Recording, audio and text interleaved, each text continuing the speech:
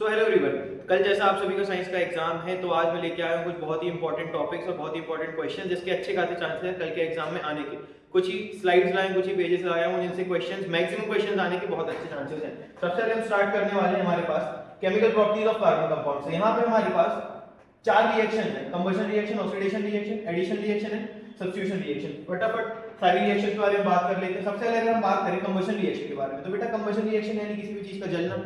अब carbon compound अगर oxygen की प्रेजेंस में आप बर्न करोगे तो वो हमारे पास कंबशन रिएक्शन होती है। उसके हमारे पास रिएक्टेंट में क्या होता है, सबसे पहले कार्बन कंपाउंड को ऑक्सीजन, और हमारे पास प्रोडक्ट में देखने के लिए मिलता है कार्बन डाइऑक्साइड और साथ में वाटर हमको मिलता है। ठीक है, अच्छा। अब इसके साथ एक जो कॉमन चीज सब में देखने के लिए मिलती है वो हमारे पास होती है एनर्जी। भाई देखो, जब भी फ्यूल बर्न करोगे, फ्यूल क्यों बर्न कर रहे हो, एनर्जी चाहिए इसलिए।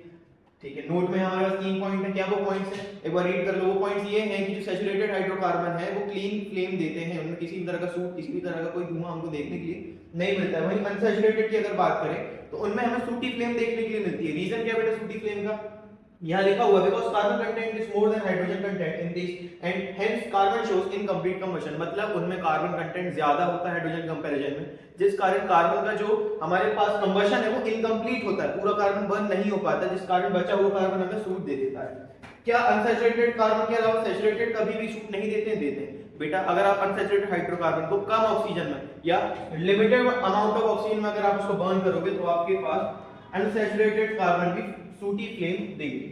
ये बात हमें क्लियर होगी। आगे वाली रिएक्शन में हम आएंगे जो कि हमारे पास कौन सी, ऑक्सीडेशन रिएक्शन।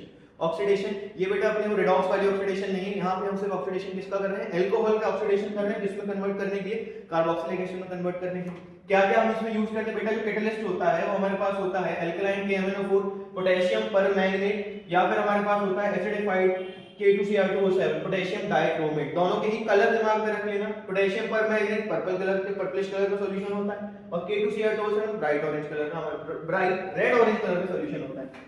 इसके ऊपर क्वेश्चन आ भी चुका है, इसके कलर के ऊपर, इसके कलर के थ्रू आपको पहचानना था कि रिएक्शन ठीक है। अब एक्चुअली होता क्या है कि हमारे पास अल्कोहल का जो है ऑक्सीडेशन होके कार्बोक्सिलिक एसिड फॉर्म हो जाता है। एक एग्जांपल के लिए रिएक्शन लिखी हुई है एथेनॉल, अगर हीट की प्रेजेंस में अल्कलाइन KMnO4 के साथ आप रिएक्ट कराएंगे तो आपके पास क्या देखने मिल जाएगा, कार्बोक्सिलिक एसिड। बहुत बढ़िया, आगे बढ़ेंगे।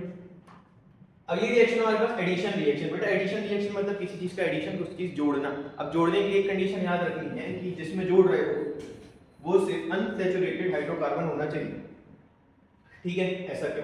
क्योंकि देखो अनसैचुरेटेड हाइड्रोकार्बन में होता है डबल ए ट्रिपल बॉन्ड, वो बॉन्ड जब टूटेगा तभी जाके तुम कुछ ऐड कर पाओगे। अगर सिंगल बॉन्ड हो यानी सैचुरेटेड हाइड्रोकार्बन हो तो तुम वैसे कुछ एडिशन नहीं कर पाओगे। ये बात दिमाग में अच्छे से ध्यान रखना। ठीक है, अब यहाँ पे ये बॉन्ड जैसे टूटेगा कोई भी एक XY कंपाउंड जो भी है वो कैसे अटैच हो जाएगा। हमारी ऊपर जो एग्जांपल है वहाँ H2 है, ये बॉन्ड ऐसा ओपन होता है, ओपन होने के बाद यहाँ एक H, यहाँ एक H आके लग जाता है। अच्छा भैया यहाँ कैटलिस्ट क्या होता है, कैटलिस्ट में हमारे पास यहाँ पे निकल और पैलेडियम देखने के लिए मिल जाता है। भाई कैटलिस्ट याद रखना बहुत जरूरी है। ठीक है, सैंपल पेपर में इन्हीं सारी रिएक्शन से पूरा केस स्टडी भरा हुआ था। आगे बढ़ेंगे, हमारे पास है सब्स्टिट्यूशन रिएक्शन। बेटा सब्स्टिट्यूशन रिएक्शन किसी चीज को बदल के उसकी जगह कुछ और लगा रहे हैं। एक रिएक्शन बहुत इंपॉर्टेंट है जो एनसीईआरटी में मेंशन्ड है, CH4 + Ca2 in the presence of sunlight. तो क्या करेगा ये, इसमें 4 कार्बन लगे, जो एक 4 हाइड्रोजन लगे, एक कार्बन में 4 हाइड्रोजन लगे, तो वो 4 हाइड्रोजन में से एक हाइड्रोजन अलग होके क्लोरीन के साथ निकल जाएगा और बन जाएगा हमारे पास CH3Cl। इसी तरह एक और हमारे पास गिवन है ब्रोमोइथेन। बेटा अगर ब्रोमोइथेन को पोटेशियम हाइड्रोक्साइड के साथ रिएक्ट कराओगे तो हमारे पास क्या बन जाएगा, यहाँ पे KBr बन जाएगा और यहाँ पे K जो है सब्स्टिट्यूट हो जाएगा OH के द्वारा। ठीक है, ये दो सब्स्टिट्यूशन रिएक्शंस थी। आगे बढ़ेंगे, अब हमारे पास है यहाँ पे क्या, इथेनॉल। इथेनॉल के ऊपर कुछ इसकी फिजिकल प्रॉपर्टीज होती है। क्या क्या उसकी फिजिकल प्रॉपर्टीज है, पहले तो कलरलेस सॉल्यूशन होता है, इसका जो बर्निंग फ्लेवर ये थोड़ा अलग होता है। इसके बाद सॉल्युबल इन वाटर है, डिस्टिंक्ट ओडर है, इसकी थोड़ी ओडर जो है थोड़ी डिस्टिंक्ट है, अलग आपको समझ आ जाएगा। एक इंपॉर्टेंट चीज क्या है, व्हेन बर्न्ड विद ऑक्सीजन, यानी जब इसको ऑक्सीजन के साथ आप जलाओगे तो ये CO2 प्रोड्यूस करता है, वाटर वेपर और साथ में हीट एंड लाइट देखने के लिए मिलती है। ठीक है, ये बड़ी इंपॉर्टेंट बात है क्योंकि इसकी रिएक्शन गिवन नहीं है पर ये स्टेटमेंट गिवन है हमारी बुक में। ठीक है, इसका फॉर्मूला अपन को पता है C2H5OH, ये तो हमें अच्छे से याद ही है। अच्छा, इसके बारे में और क्या बातें लिखी हैं कि small quantities cause drunkenness and can be lethal. इसकी छोटी बहुत क्वांटिटीज ड्रंकनेस और अपने हेल्थ के लिए थोड़ी लीथल हो सकती हैं। आगे बात करेंगे रिएक्शन में सोडियम।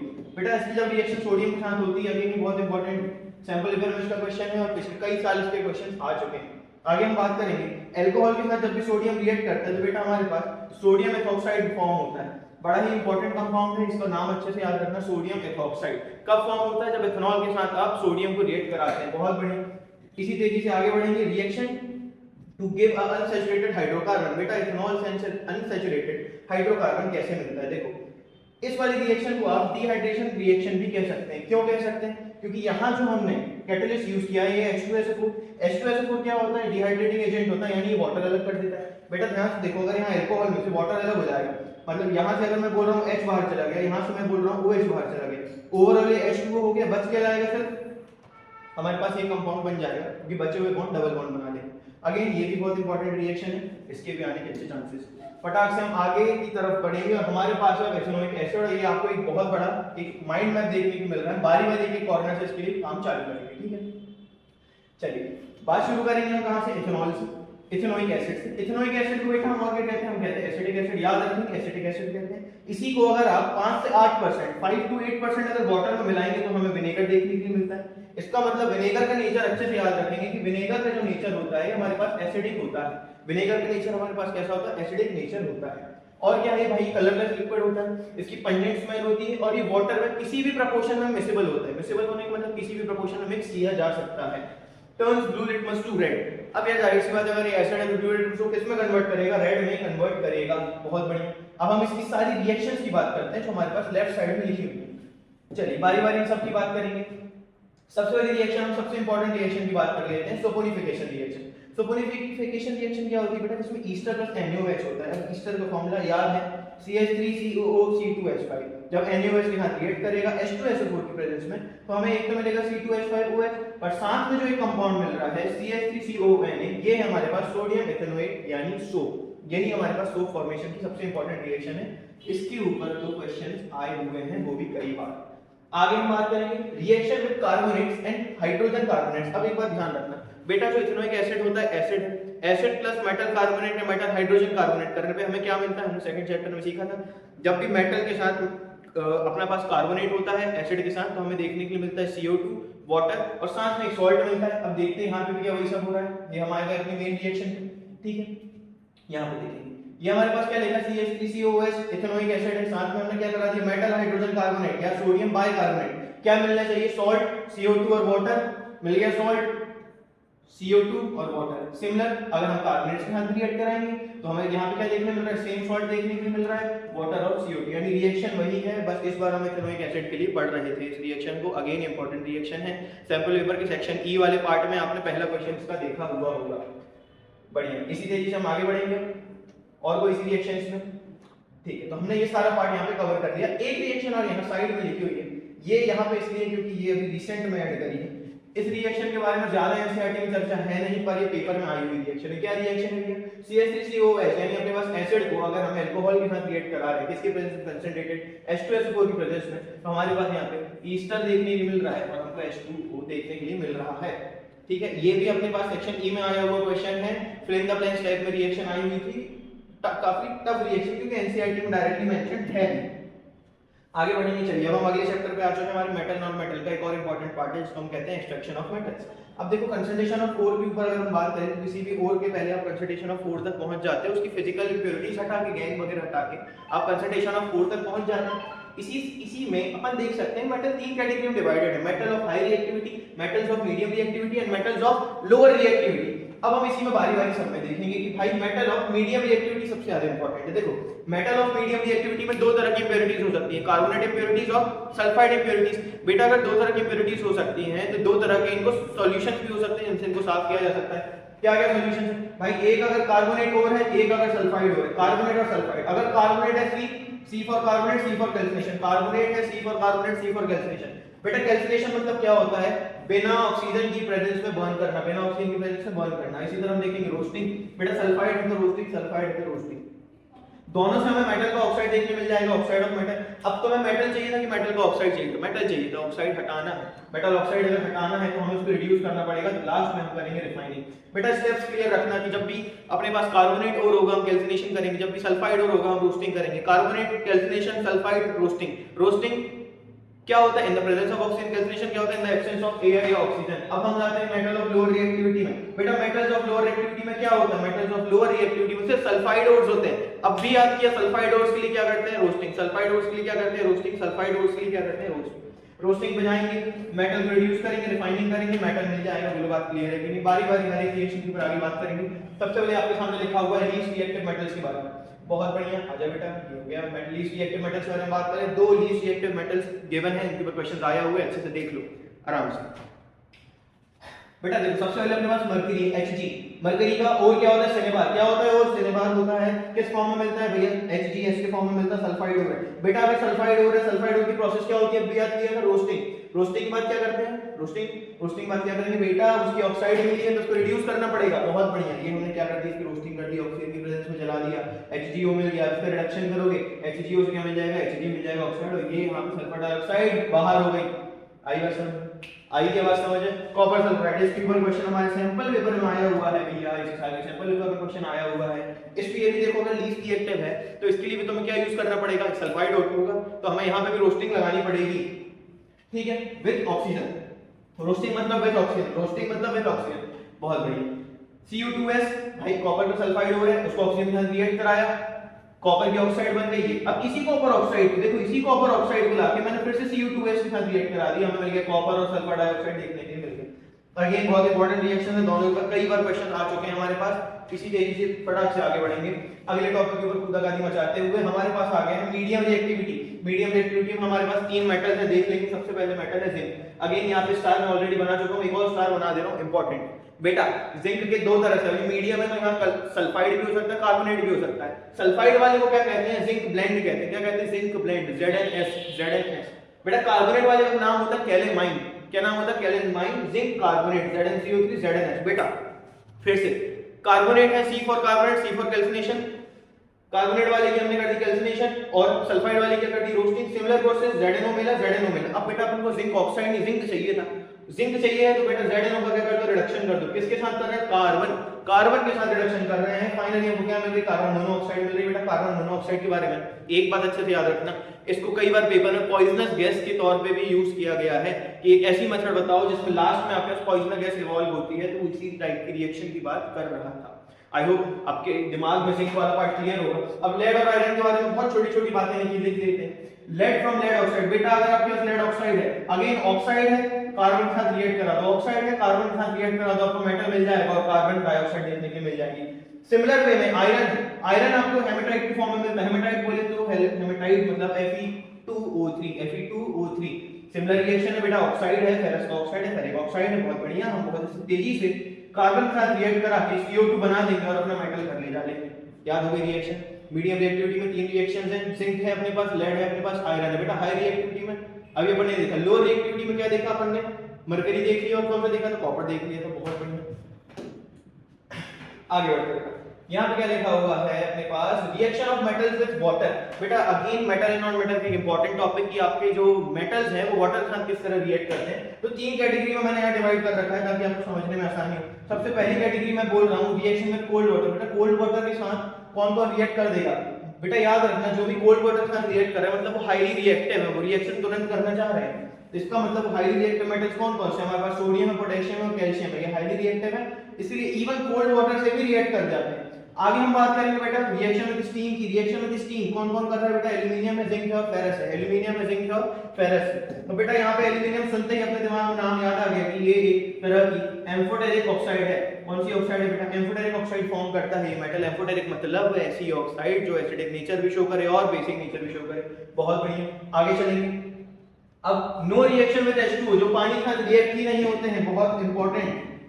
कौन कौन से वो मेटल है? Lead, Pb, copper, Cu, Ag यानी सिल्वर, Au यानी गोल्ड। यानी गोल्ड, सिल्वर, कॉपर और लेड जो है वाटर के साथ रिएक्ट ही नहीं करते हैं। आप उसको हॉट वाटर दे दो, कोल्ड वाटर दे दो या स्टीम दे दो, वो रिएक्ट नहीं करते हैं, मतलब नहीं करते। आगे हम देखेंगे कैल्शियम और मैग्नीशियम के बारे में। इन दोनों के बारे में पूरी एनसीईआरटी में सब एक लाइन लिखी और उस एक लाइन से दो बार क्वेश्चन आ चुका 2024 के दो सेट के पेपर में। क्या है वो क्वेश्चन? वो ऐसा था कि अगर इनको हम वाटर के साथ रिएक्ट कराएंगे तो होगा क्या? होगा क्या? तो बेटा होगा कुछ ऐसा, ये जो है बबल्स के फॉर्म में फ्लोट करने लगेंगे। Float as bubbles of H2 stick to their surface, यानी H2 गैस के बबल्स के फॉर्म में ये मेटल जो है उसके वाटर के ऊपर फ्लोट करने लगेंगे। एक ही लाइन लिखी है एनसीईआरटी में, वो लाइन के ऊपर से क्वेश्चन आ चुका है, मैं यहाँ लेके आया हूँ वो लाइन। अब सर अगर वाटर के साथ रिएक्शन किया तो मिलेगा क्या, क्या मिलेगा वो देख लो बेटा। अगर मेटल को वाटर के साथ रिएक्ट कराओगे तो तुम्हें देखने मिलेगा मेटल ऑक्साइड। मेटल ऑक्साइड के साथ रिलीज होगी हाइड्रोजन गैस। अगर आप किसी मेटल ऑक्साइड को दोबारा वाटर से रिएक्ट कराओगे तो फिर से देखने मिल जाएगी आपको मेटल हाइड्रोक्साइड, मतलब मेटल प्लस वाटर, मेटल का ऑक्साइड मिला। मेटल ऑक्साइड को फिर से वाटर के साथ रिएक्ट कराओगे मेटल हाइड्रोक्साइड। पर अगर सर मेटल बहुत ज्यादा रिएक्टिव हुआ तो बेटा, अगर मेटल बहुत ज्यादा रिएक्टिव हुआ तो मेटल ऑक्साइड बनेगी ही नहीं, सीधे हाइड्रोक्साइड बनेगी। ज्यादा रिएक्टिव मेटल की मतलब मैं बात कर रहा हूं सोडियम की, मैं बात कर रहा हूं पोटेशियम की, मैं बात कर रहा हूं कैल्शियम की। If metal is highly reactive directly metal hydroxide is form, सीधे मेटल का हाइड्रोक्साइड फॉर्म होगा। बहुत बढ़िया, हम यहाँ पे रिएक्शंस के एग्जांपल लिख के लाए बेटा। देख लो हाईली रिएक्टिव है, क्या यहाँ पे ऑक्साइड फॉर्म हो, नहीं हुआ, सीधे हाइड्रोक्साइड फॉर्म हो गया। ये भी हाईली रिएक्टिव है, सीधे हाइड्रोक्साइड फॉर्म हो गया। ये भी हाईली रिएक्टिव है, सीधे हाइड्रोक्साइड फॉर्म हो गया। अब ये कम रिएक्टिव है, ये कम रिएक्टिव है, इसलिए यहाँ ऑक्साइड बना, इसलिए यहाँ ऑक्साइड बना। अब इन दोनों को अलग अलग अगर वाटर में डालोगे तब जाके इनका हाइड्रोक्साइड बनेगा, वरना नहीं बनेगा। बात समझ आई? ठीक है, बहुत बढ़िया, आगे बढ़ेंगे बेटा। यहाँ पे हमारे पास रिफाइनिंग की प्रोसेस के बारे में लिखा हुआ, रिफाइनिंग प्रोसेस के बारे में लिखा हुआ। उससे पहले ऊपर मेटल प्लस डाइल्यूट एसिड की बात है। मेटल प्लस डाइल्यूट एसिड हमें सॉल्ट प्लस वाटर, देखो यार मेटल के साथ जब भी एसिड रिएक्ट करता है सॉल्ट और हाइड्रोजन गैस मिलती है। पर कुछ ऐसे मेटल है डाइल्यूट एसिड के साथ रिएक्ट नहीं करते। कौन कौन से हैं वो? कॉपर, सिल्वर और मर्क्यूरी। बेटा कॉपर, सिल्वर, मर्क्यूरी जो है डाइल्यूट एसिड के साथ रिएक्ट नहीं करते हैं, बिल्कुल रिएक्ट नहीं करते। बहुत बढ़िया, आगे देखेंगे रिफाइनिंग ऑफ मेटल्स के बारे में बात करेंगे बेटा। आपके सिलेबस में सिर्फ कॉपर की रिफाइनिंग के बारे में मेंशन, उसके ऊपर क्वेश्चन आ चुका है, इसलिए मैं वो टॉपिक भी आपके पास लेके आया हूं। यहां पर हमारे पास एक इलेक्ट्रोलाइटिक पूरा सेटअप है बेटा। इलेक्ट्रोलाइटिक सेटअप में तीन चीजें इंपॉर्टेंट होती हैं, एनोड, कैथोड और इलेक्ट्रोलाइट। हम यहां एनोड में ले रहे हैं प्योर कॉपर, कैथोड में ले रहे हैं हम प्योर कॉपर, और इलेक्ट्रोलाइट में ले रहे हैं कॉपर का एसिडिफाइड कॉपर सल्फेट सॉल्यूशन। बहुत बढ़िया, कॉपर सल्फेट का एसिडिफाइड सॉल्यूशन है। कैथोड में हमारे पास प्योर कॉपर है, और एनोड में हमारे पास क्या है? इम्प्योर कॉपर है। अब यहाँ पे पूरी रिएक्शन होने के बाद जो कॉपर आयन है वो यहाँ से यहाँ ट्रांसफर करेंगे, हमको देखने के लिए मिल जाएंगे इंप्योरिटीज। और ये जो इंप्योरिटी है इसको हम नाम क्या देते हैं? एनोड मड का नाम देते हैं, क्योंकि बेटा एनोड में लगा था इम्प्योर मेटल, इसलिए उसके नीचे जमा हो गया मड। बहुत बढ़िया, रिफाइनिंग के बारे में हमने बात कर ली। आगे बढ़ेंगे, हमारे पास एसिड बेसिस का एक और इंपॉर्टेंट टॉपिक सॉल्ट, जो अक्सर हमारे दिमाग से निकल जाता है और हमें उस समय मेन समय फॉर्मूले याद नहीं आते। सॉल्ट कौन कौन से हैं बहुत तेजी से बात करेंगे जल्दी से। सबसे पहला सॉल्ट है हमारे पास सोडियम हाइड्रोक्साइड।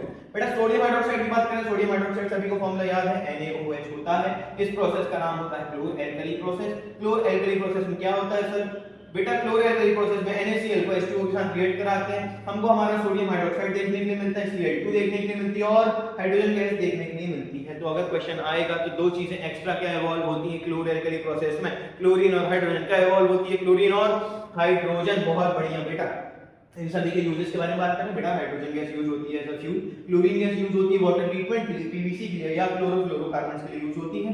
और जो NaOH है हमारा, वो हमारे लिए सबसे पहले तो इसी चैप्टर में अगर हम देखें तो सोप बनाने और डिटर्जेंट बनाने के लिए यूज किया जाता है। उसके अलावा डीग्रीजिंग फॉर मेटल्स के लिए भी यूज किया जाता है। बहुत बढ़िया, आगे वाले सॉल्ट की तरफ बढ़ेंगे। यहाँ लिखा है कैल्शियम ऑक्सीक्लोराइड। बेटा कैल्शियम ऑक्सीक्लोराइड मतलब होता है ब्लीचिंग पाउडर। कैल्शियम ऑक्सीक्लोराइड मतलब होता है ब्लीचिंग पाउडर। कैसे बनता है बेटा? स्लेट लाइन को Cl2 के साथ मिक्स कर दो, CaOH2 प्लस Cl2 के साथ मिलेगा कैल्शियम ऑक्सीक्लोराइड और वाटर। बात क्लियर है कि नहीं? बहुत बढ़िया, अगले सॉल्ट पे चलेंगे बेटा। NaSCO3 यानी बेकिंग सोडा कैसे बनता है? NaCl ले लो, H2O ले लो, कार्बन डाइऑक्साइड ले लो, साथ में क्या ले लो बेटा? NH3 यानी ब्राइन सॉल्यूशन। फिर से ब्राइन के बारे में बात हुई है, NaCl प्लस H2O कर दो, ब्राइन सॉल्यूशन मिलेगा, CO2 प्लस NH3। क्या क्या देखने के लिए मिल जाएगा? NH4Cl। नहीं है काम का, ये हमारे लिए तो ये काम का क्या है? NaSCO3 यानी सोडियम बाइकार्बोनेट, यानी कि बेकिंग सोडा देखने के लिए मिल गया है बेटा। बेकिंग सोडा और बेकिंग पाउडर में डिफरेंस आया हुआ है, इसलिए अच्छे से उसको रिवाइज कर लेना। NaHCO3 होता है बेकिंग सोडा। बेकिंग पाउडर के बारे में बात करेंगे। बेकिंग पाउडर हमारे पास क्या होगा बेटा? जब हम यहाँ पर इसको रिएक्ट करा देते हैं किसके साथ? हीट करा के, तो ये जो हमारे पास बना है ये हमारे पास बेकिंग पाउडर बना है। क्या बना बेटा? ये बेकिंग पाउडर बन गया है। ये वाली रिएक्शन है बेकिंग पाउडर वाली। ये वाली जो रिएक्शन है, ये वाली रिएक्शन जो है हमारे पास, ये बेकिंग पाउडर वाली है। कौन सी रिएक्शन दी है? ये जो नीचे लिखी हुई है बेकिंग पाउडर। यहाँ हम ऐड क्या करा रहे हैं? यहाँ हम ऐड करा है टार्टरिक एसिड। अब जो चीज बन रही है टार्टरिक एसिड के मिक्सचर के साथ, ये बन रही है बेकिंग पाउडर। बहुत बढ़िया। ये ऊपर के सॉल्ट्स रह गए। हाँ बेटा ये ऊपर वाले सॉल्ट्स हैं। ऊपर वाला सॉल्ट है वॉशिंग सोडा। वॉशिंग सोडा की रिएक्शन है NaCl plus CO2 plus NH3 plus H2O। सामने रिएक्शन लिखी हुई है, फटाक से एक बार रिवाइज मार लो। सामने देखने के लिए मिल रहा है NaCO3। अब इसी NaCl3 को जब हीट करोगे तो हमें देखने मिलेगा CO2 plus H2O plus Na2CO3। बेटा जो Na2CO3 देखने मिला है सोडियम कार्बोनेट, इसमें अगर 10 वाटर ऑक्सीडाइजेशन लगा दो तो क्या वो वॉशिंग सोडा बन जाएगा? जी हाँ बिल्कुल, वॉशिंग सोडा बन जाएगा। Na2CO3 10H2O हमारे पास वॉशिंग सोडा होता है। तो आई होप इन सभी की आपको रिएक्शंस रिवाइज हो गई होंगी और बिल्कुल टेंशन मत लेना, ये पूरी पीडीएफ आपको इस वीडियो के डिस्क्रिप्शन में मिल जाएगी ड्राइव के।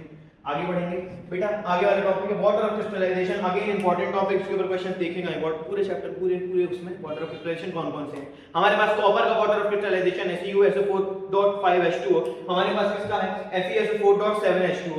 बेटा FeSO4.7H2O होता है लाइट ग्रीन कलर का, लाइट ग्रीन कलर को जब हीट करते तो व्हाइट में कन्वर्ट हो जाता है, लाइट ग्रीन से व्हाइट, लाइट ग्रीन से व्हाइट, लाइट ग्रीन से व्हाइट, क्यों? क्योंकि वो 7H2O निकल गया। आगे यहां पर देखेंगे बेटा CuSO4+.5H2O, इसको हीट करोगे 5H2O चला जाएगा, क्या बचेगा हमारे पास सिर्फ CuSO4। बेटा ये हाइड्रेटेड था, ये एनहाइड्रस है, हाइड्रेटेड मतलब पानी, एनहाइड्रस मतलब पानी नहीं है। एक और रिएक्शन यानी कि हुए जिप्सम यानी CaSO4 2H2O, अगर हम हीट करेंगे तो बेटा CaSO4 में आधा बचेगा, डेढ़ पानी, आधा और डेढ़, ये जो बचा है ये तो हमारे काम का है, ये डेढ़ हमारे कुछ काम करेंगे। आगे बढ़ेंगे, अब है हमारे पास क्या है भैया, अब है हमारे पास भैया मिसल फॉर्मेशन। बेटा मिसल फॉर्मेशन में पता है बाहर वाले एंड को हाइड्रोफिलिक बोलते हैं, अंदर वाले एंड को हाइड्रोफोबिक बोलते हैं। इस तरह से ये ऑयल के ड्रॉपलेट्स से अटैच हो जाता है और ऐसे कुछ मिसल फॉर्मेशन करता है। बेटा हाइड्रोफिलिक और हाइड्रोफोबिक एंड के बारे में आप सभी को इन्फॉर्मेशन पता है। ये एक सिंपल डायग्राम, इसकी वर्किंग, इसकी रिएक्शन हम अभी थोड़ी देर पहले ही पीछे सपोनिफिकेशन रिएक्शन में देख के आए, बहुत बढ़िया। आगे बढ़ेंगे तेजी से, अब आ गए हम बायो की तरफ। बेटा बायो में सलाइवरी अमाइलेज की अगर मैं बात करूं, सलाइवरी अमाइलेज हम यहाँ पे क्या बात कर रहे हैं, सारे के सारे एंजाइम्स के बारे में बात करने वाले, बहुत इंपॉर्टेंट है। एंजाइम्स का वर्किंग याद नहीं रहती है, रिवाइज कर लो। सलाइवरी अमाइलेज, बेटा सलाइवरी अमाइलेज का काम क्या होता है बेटा, starch to maltose, starch to maltose में कन्वर्ट करता है। ये सलाइवा में होता है। गैस्ट्रिक जूसेस की अगर हम बात करें, गैस्ट्रिक जूसेस तीन तरह के होते हैं, पेप्सिन है, HCl है, म्यूकस है, बहुत बढ़िया। पेप्सिन का काम होता है ब्रेक डाउन द प्रोटीन्स, बेटा P से पेप्सिन, P से protein, pepsin protein, pepsin protein. HCl का काम होता है मीडियम एसिडिक बनाना, HCl का काम होता है मीडियम एसिडिक बनाना। म्यूकस का काम होता है protect inner lining of stomach, बेटा म्यूकस का काम होता है protect inner lining of stomach. आगे बढ़ेंगे, आगे हमने देखा इंटेस्टिनल एंजाइम्स के बारे में। बेटा इंटेस्टिनल एंजाइम्स में क्या क्या आते हैं, बेटा लिवर से भी एंजाइम आता है, पैंक्रियास से भी, लिवर से भी और पैंक्रियास से भी। लिवर से जो बाइल जूस आया उसका क्या काम है, देखो यहाँ लिखा हुआ है, लिवर से जो बाइल जूस आता है उसका काम होता है लार्ज फैट को इमल्सिफाई करके स्मॉल फैट। बेटा लार्ज फैट को स्मॉल फैट में कन्वर्ट करना काम होता है किसका, बाइल जूस का, लार्ज फैट को स्मॉल फैट में कन्वर्ट करना। बेटा पैंक्रियास से दो चीजें आती हैं, ट्रिप्सिन और लाइपेज। ट्रिप्सिन और लाइपेज, ट्रिप्सिन का काम क्या होता है, प्रोटीन टू पेप्टोन्स, किसको, protein to peptones, proteins to peptones. और लाइपेज का काम होता है fats to glycerol, fat to glycerol. बेटा अब बात ऐसी है, इन दोनों के ऊपर साथ में क्वेश्चन अभी पेपर से सैंपल पेपर में आया हुआ है, जिस साल आप बिल्कुल देख सकते हो एक बार।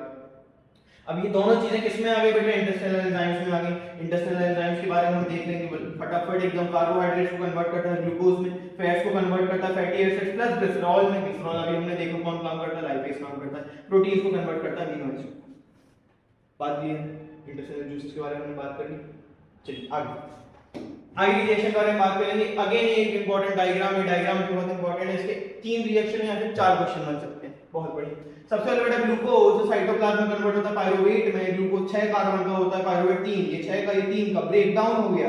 अब इसके बाद तीन केसेस पॉसिबल है, या तो आपके पास ऑक्सीजन होगी, या आपके पास ऑक्सीजन की कमी होगी, या तो फिर ऑक्सीजन होगी नहीं। बेटा प्रेजेंस ऑफ ऑक्सीजन है, नॉर्मल केस है। माइटोकॉन्ड्रिया में होगा CO2H2, साथ में हमको देखने मिलेगी क्या, एनर्जी। अगर लैक ऑफ ऑक्सीजन, बेटा ऑक्सीजन की अगर कमी है तो लैक्टिक एसिड बनेगा और एनर्जी। लैक्टिक एसिड, बेटा लैक्टिक एसिड कहां बनता है, लैक्टिक एसिड भैया बनता है मसल सेल्स में। अब हम बात करेंगे एब्सेंस ऑफ ऑक्सीजन की, ये कहां होती है एब्सेंस ऑफ ऑक्सीजन वाली रिएक्शन, याद रखेंगे इन यीस्ट क्या क्या आउटकम मिलता है हमको, प्रोडक्ट में मिलता है इथेनॉल, CO2 और एनर्जी। इथेनॉल, CO2 और एनर्जी, क्लियर है ये बात। तीन केसेस प्रेजेंस, लैक और एब्सेंस, बहुत बढ़िया। आगे बढ़ेंगे हम, इसकी पीडीएफ आपको जरूर मिल जाएगी। अब हम आ गए हमारे हेरिडिटी एंड इवोल्यूशन वाले चैप्टर पर, जिसमें से इवोल्यूशन वाला पार्ट तो है नहीं। हेरिडिटी में हम सबसे पहले देखते हैं मोनोहाइब्रिड क्रॉस। मोनोहाइब्रिड क्रॉस का एग्जांपल देखो बेटा, बात ऐसी क्वेश्चन को कुछ भी आ सकता है। मोनोहाइब्रिड क्रॉस का अपन किसके बारे में बात कर रहे हैं, टॉल और डार्क वाले के ऊपर। हो सकता है तुम्हें कलर के ऊपर रेड और येलो में आ जाए, तो मोनोहाइब्रिड क्रॉस यानी यही होगा। मोनोहाइब्रिड मतलब तुम एक ट्रेट लेके चल रहे हो, अपन यहाँ ट्रेट क्या ले रहे हैं, हाइट का ट्रेट ले रहे हैं, टॉल या डार्क। बात क्लियर। डायहाइब्रिड क्रॉस में क्या होता है भैया, डायहाइब्रिड क्रॉस में दो ट्रेट लेते हैं, कलर ले लिया, शेप ले लिया, कलर और शेप, तो तुम्हें कुछ भी दे सकते हैं। मेथड ऐसा ही करना है। क्या करना है, टॉल के लिए, डार्क के लिए, दोनों के एक निकले। बेटा ये टी बन गया, ये बन गई F1 जनरेशन। क्या बन गई है, F1 जनरेशन। इनकी सेल्फिंग होगी यानी सेल्फ क्रॉसिंग होगी, तो हमको ये चार प्रोडक्ट देखने के लिए मिलते हैं। चारों में तीन टॉल है, एक टॉर्क है, तीन टॉल है, एक टॉर्क। क्यों, क्योंकि टॉल वाला जो है डोमिनेंट है और शॉर्ट वाला रिसेसिव है। जो रेशो बन रहा है वो बन रहा है 3:1 का रेशो बन रहा है, यानी तीन टॉल है, एक शॉर्ट है। बोलो बात समझ आएगी नहीं, बहुत बढ़िया। मोनो हाइब्रिड क्रॉस एक ट्रेड। डाई हाइब्रिड क्रॉस देखेंगे बेटा, डाई हाइब्रिड क्रॉस मतलब दो ट्रेड्स कौन कौन से, एक कलर शेप, कलर और shape, round shape, yellow colour, wrinkled shape, green colour, बहुत बढ़िया, कलर और शेप दो traits, dihybrid. Trihybrid cross नहीं है बेटा आपको सिलेबस। मोनो हाइब्रिड एक ट्रेड, टॉल और शॉर्ट जैसा एग्जांपल याद रखना है, और डाई हाइब्रिड में आपको दो वाला यानी राउंड येलो और रिंकल्ड ग्रीन, बहुत बढ़िया बेटा, दोनों से एक ले लो। यहाँ से कैपिटल आर, यहाँ से स्मॉल आर, यहाँ से कैपिटल वाई, यहाँ से स्मॉल वाई, आपको ये देखने मिल जाएगा। अब हमें बनाना है पनेट स्क्वायर बनाना बहुत आसान है।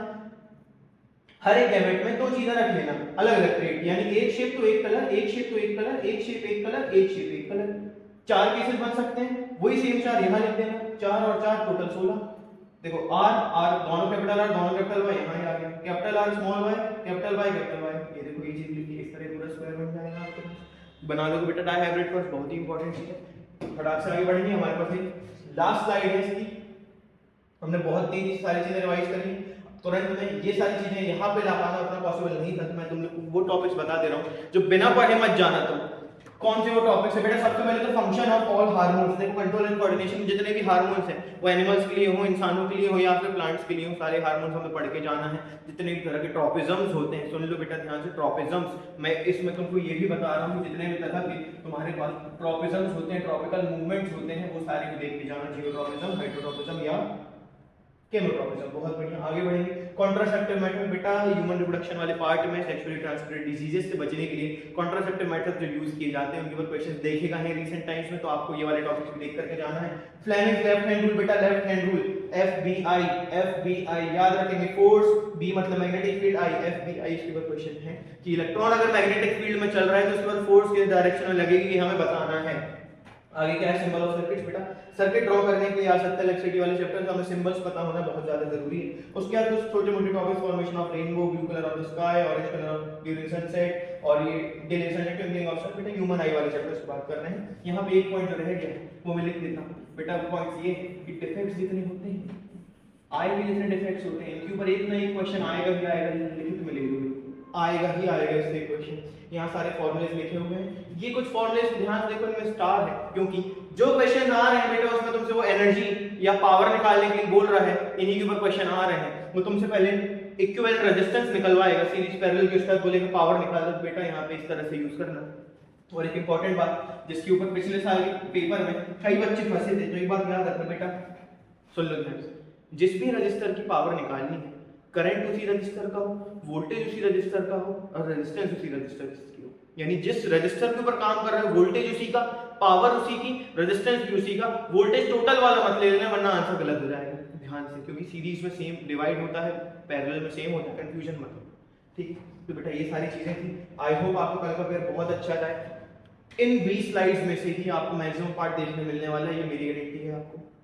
आप ये अच्छे से स्लाइड अच्छे से एक बार रिव्यू कर लेना, आपके पर्याप्त समय रिवाइज करने के लिए। Till then all the best, कल के एग्जाम के लिए बिल्कुल बहुत अच्छे से एग्जाम लेके आना है बिना किसी टेंशन के। Thank you.